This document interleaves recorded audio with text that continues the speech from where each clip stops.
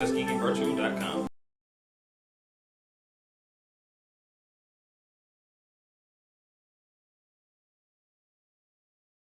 Tell the folk who you are. My name is Ralph W. Smith, United States Air Force Retired Colonel. Tuskegee Airman by paying for my membership. In other words, that's how the organization keeps going. It's a profit for nonprofit 501c3 organization. And they raise funds to help kids get through college. We give away scholarship funds to different kids that go to college all over the United States, not just in California. Whenever they have the national convention, they announce the winners of the scholarships that we give away. What I do, similar to that with the SCMEB Foundation, is at the University of California, I take minority kids that don't have funds, and I give them scholarships directly. You know, I don't take up no thing, I don't examine no scores or nothing. All I have to do is know that they're needy and they don't have the funds. And they really want to go. Yeah, and they're in school. They're already in school on the campus. And the scholarships consist of about $500 to get them straight and stabilized like they should be. Because you know, a lot of them live in joint houses, and they have university campus housing, and they have what you call the African American Youth Council, run by a young man that's he's very young. His name is Kenneth Simons. Okay. And I donate to him. So this year when we have our annual, and we call it a celebration here, when we bring in people and talk about and discuss on video camera about their experiences that they had in the military, which we invite all the Tuskegee Airmen and everything in. This year the topic of conversation is going to be mutiny at Freeman Field. Oh yes, sure. I know a little bit of that history. Yeah, so it's going to be the topic of discussion. And what my foundation does, after it is co-founded and sponsored the archive, we have to fly people in from all over the world. So then a lot of them don't have the money. So I pay for the airline tickets and the hotel stays, and in addition to what I do with the kids. We get to join us. We use the kids as ushers. They show the old people where they go sit down. We have a couple of them that study medicine like they do here, and they have their little white clothes on because you don't know what the people are going to do when they get there, the older people. And we have an audience about as big as what you have there. We have a little bit more space to do it in. Sure. But it's generally 300-400 people. And it's all about the Tuskegee Airmen experience, not necessarily flying. Yeah. It's about what they endured in life. Okay. And mutiny at Freeman Field, for instance, about them locking up a good friend of mine, Ellis, Okay. when he refused not to get out of an officers club when they told him to get out. You know? And I met him. He came to the first session we had. And he was a very good friend of mine. You know, he talked about it. He says, well, he said, I bet you've had your times, and we talked about what I did. You know, I was just a little bit more hard-headed. You know, I didn't mind punching the dude's teeth out. You can call me an albino. And so after that, then I went and looked in the book. And the term albino just didn't fit no description my grandmother and grandfather or my mother and father had given me. You know, and I said, you know, they told me to be polite, but they didn't ever tell me that I couldn't knock a person in the mouth for saying something wrong. Yeah. And that's exactly what I did. And the next time I run across him, he'd gotten injured. And so I asked him, what does it feel like to have Indian blood or albino blood running? You donated blood to him, right? Yeah. Yeah. See, because if you got the same blood type, you know, the government, when you have an accident, they're going to take whoever they can get, Sure. especially if it's the same blood type. Sure, And they'll sure. take a quart, a pint, whatever it is, right then and there, you know. And that's what you call battlefield. Well, that kind of makes you family, doesn't it? Hmm? That kind of makes you family, doesn't it? Well, just like I told him when I went to visit him in the hospital, I asked him, I said, well, how does it feel to have albino blood running through you? Yeah. He looked over me and passed out. I guess he figured if he could retrieve it, you know, get it out, maybe he would change. But, you know, the blood is only an example. Yeah. You know, whether he changed or not in life, I'll never know. Yeah. I'll never know. I was in the military. I was a C-130 mechanic, Okay. United States Air Force. And, you know, I met some great guys there, but I did meet some guys with some issues. Oh, yeah. And so I've had to face those challenges. Generally, I would say that the military experience matured me. You know, I learned some things in the military I could not have learned anyplace else. Well, what happened to me at that point was when he called me an albino lieutenant, which was strictly out of order. Absolutely, Yeah. yes, sir. I saved him from a court-martial Yes, by sir. knocking his teeth out. Yes, sir. You know, if I'd taken him to court-martial, He'd have I been mean, gone. he'd have took his stripes and everything else. But in return for that, it wasn't even 10 days later before he was down there dead, and he needed my help. It was Yeah. the most important issue there. We had the same type of blood, and color didn't have nothing to do Sure, with it. sure. You know. You know, one of the things that I heard your presentation earlier, and I was really impressed with the work that you're doing with young people. One of the big issues for us, even in Tuskegee now, and particularly in urban areas, is this just kind of massive slaughter. In Tuskegee last year, we lost about 7 or 8 young people, you know, just killing each other. Well, I never heard about Tuskegee. I know down in Florida, the white folks are shooting at us. You come sure. up here at Tuskegee, I didn't realize that they were having problems with kids shooting each other. Yeah, we are. And Male or female? a couple of females were also killed, Nice. and about 6 males. You know, one Do they college have student. psychology teachers here? Yes, they do, and they have counselors. And you know, recently we had 2 killed in one night in a shootout that started at a dance and then spread around the city, Oh, and then God. finally they. So you mean they got their own side of the dance all split up? Oh, it's If you can't do hip hop, you can't do the boogie woogie. Yeah. There's no telling what the conversation starts on. It's just a matter of ignorance. You know? Well, what my son said that a part of the problem, I got 2 still in high school, is that this stuff will start in the school and then it'll rise up into Spread the out. internet, Right? and they'll be on Facebook. They'll be these other Twittering each places. other with Yeah, that. sure, and it gets worse. You know what I did? Every now and then they'll invite me at the university to talk to students, Mhm. you know. So guess what I do? When I walk in there, I open up, I have a cardboard box. I put it in the cardboard box. You take all them Twitter devices and phones and stuff and you put them in this box. Sure, I do the same thing. Put them right in this box. I do the same I said, I'll give them to you when we get through. Because I'd be damned if I'm going to sit here and I'm trying to tell you something, but you didn't look at me. Exactly. You know, I said, that's not complicated.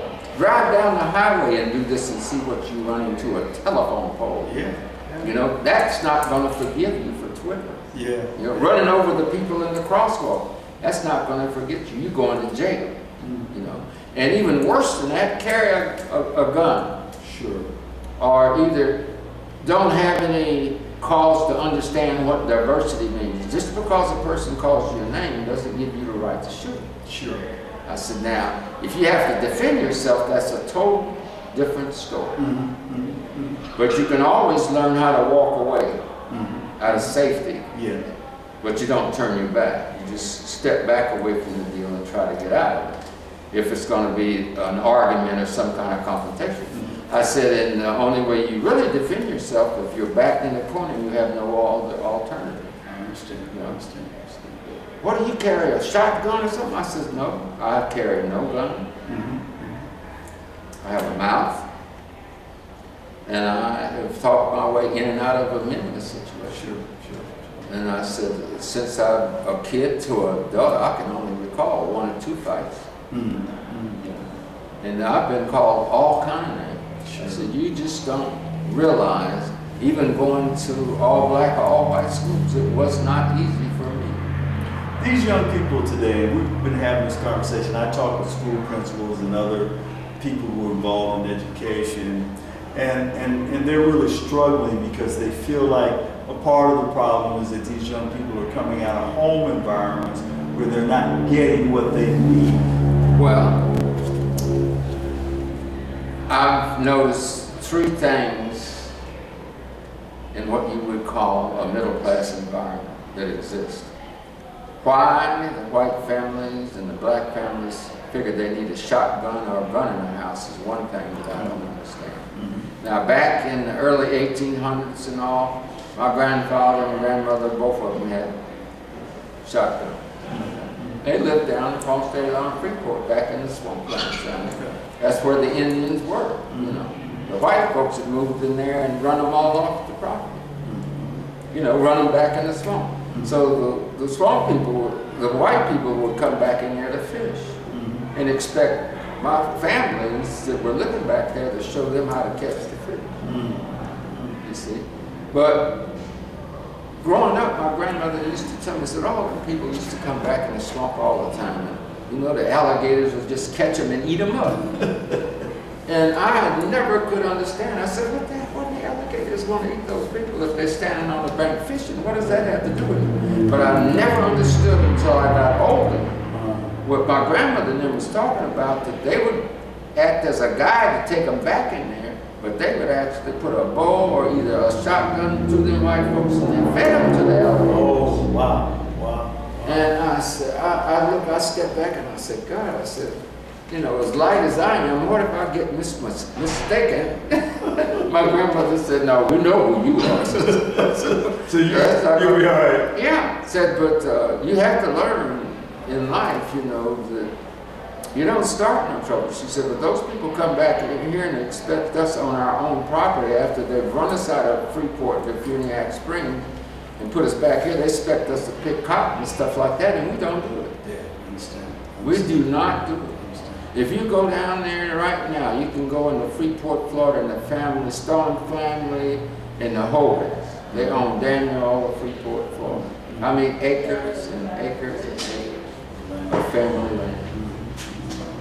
And when I go to visit, I'll never forget my Uncle Buddy. Back in World War II, he was in the Army, and he used to go over there to that Air Force base near there, and his Ponce de Leon over there. And it was the Army Air Corps then, and he was a mechanic. My Uncle Horace was in Germany with Pat, and he was a tank driver for Pat. You know, they always use him in some kind of subservient, you know, role. So you think the larger, that a part of what has happened is that the larger society has helped shape the environment that we're in now? Yes, yes. You look at the environment now, and look at the children that have no discipline, so to speak, and they're either into drugs or either into smoking cigarettes, which will lead to drugs, or they're doing marijuana. And look at what they're getting. You got some of these companies that put out these artificial prescriptions and stuff, and they can go to the drugstore and buy it. Sure. Kids get it home and make their own. Okay. Boil it down, cook it down, whatever.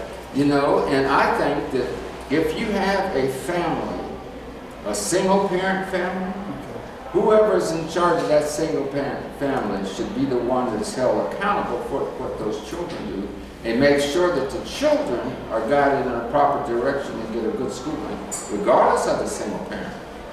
You know?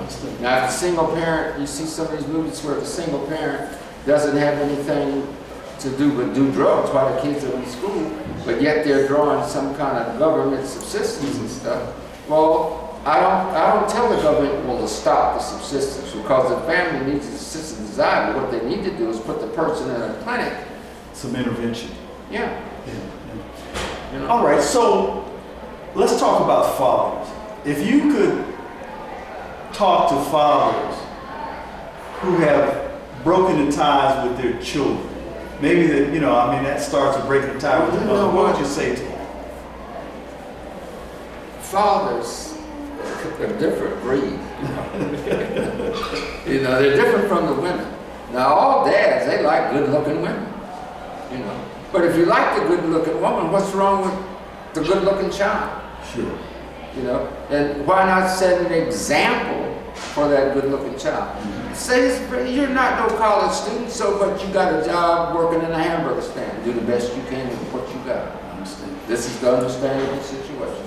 You do the best you can with what you have. And you don't steal, you don't lie, you don't cheat. Teach your children the right lessons. That's right. That's simple as that. Do not steal, do not lie, do not cheat. I hear you. That's on scores and everything else. Because if you have some kind of examination or test, say for instance you're taking a pilot's examination test and you cheat on the test and all of a sudden you have an emergency situation and you fly in this plane. And all of a sudden you go, what was I supposed to remember? It's too damn late. Yes, I understand. If you got to go back and think about that test score and you didn't practice, it is too late. It's over with. You know? I was in the air training command. Driving is the same way. Driving a car is an emergency situation, period. When you get behind that wheel, that's when the emergency starts. You got to pay attention to what you're doing inside and what everything is going on around you. Well, you know, now folks will say that there's no manual for fatherhood. There is a manual for fatherhood. There's a manual for fatherhood. And if your father didn't give it to you, your mother should get it. And if you didn't get it, then just go look in any book that has any kind of biblical teachings in it that'll tell you honor thy mother and thy father. And that day shall be long. Longer, yeah. Because that meant they might take you out if you don't respect, you know. But at the same time, if your father, my father was an alcoholic, but he worked hard and they saved money. You know, they didn't go down to the bar and get drunk. They made their own whiskey. But they drank. The Indians drank. I've never seen so much drinking. Somebody said, well, Colonel Smith, do you drink? I said, no. I drank lemonade, Kool-Aid, you know, every night, and I'll have a glass of wine. They made their own moonshine whiskey, and they made their own wine. You wanted to go down here south, we used to take the prune trees, and my grandmother would show us how to put the true prunes in her barrel, and we would squash them with a used to be an old force pump like thing, but it was flat. It was just like, you have to churn buttermilk? Yes, sir. Well, that's what it was just like, buttermilk churning. When you got through, the juice would run out, and they would make prune pies and all kind of pies, but they would use this vegetable like the olive trees that we had. They used the olive oil to treat different ailments that we had, or to soften up the skin. One final question, and this is for the leaders in this community that are concerned about our young people. What advice would you give those leaders? Set an example and set up an example school. Go down to the places where they have these juvenile kids at and interview them, talk to them, and explain to them what it is that they're doing wrong. And change them from hip-hop to hop right. And what I mean is all that stuff with your pants falling off, get them a belt. You know? Get them a job in McDonald's or something. Learn them how to say yes sir, no ma'am, and take the discipline like it is. What the parents don't teach you, the public should teach you. Rather than discriminate, they should be able to spread whatever good humor is there and teach them at the same time. Public people do not set the examples that they should be. They walk around in a tie and everything else. You know, I walk around that campus. Dr. Lisa Bradford said, I didn't know you got on them blue jeans and that hood. I said, because it's chilly out here. I don't, you know you don't catch me in no hood ever. I said, but at the same time, I got this because it's good. I said, feel that fur inside. Well, when you going to get me one of those? I said, Lisa, you're terrible. You call me a hoodie, then you want me to buy you one. Yeah. And she is one of our archive consultants, Dr. Lisa Bradford. She teaches history, Tuskegee Institute. Yeah. I appreciate it, Colonel. Thank you for taking the time. Thank you for taking the time to interview me. I never thought I'd be interviewed. I'd come down here to really exploit what Dr. Bratton and this institution is going to do down here at Moton Field. Appreciate it. If we can be any That's assistance, because we have- I never would be down in here if my grandfather and grandmother had not went to Carver Institute. Understand. I just don't tell them which way I would have been. But when I found it was down here, and if you go over to the Kellogg Center, you go down to Kellogg Center to the center portrait, and you'll see two men on a picture there. And you'll see one gray-headed man with a black mule, and one a little bitty man with the great big white mule. That man with the big white mule is my grandfather, Wallace Smith. I appreciate And it. the other one is George Washington Carver. I'll check that out. Yeah.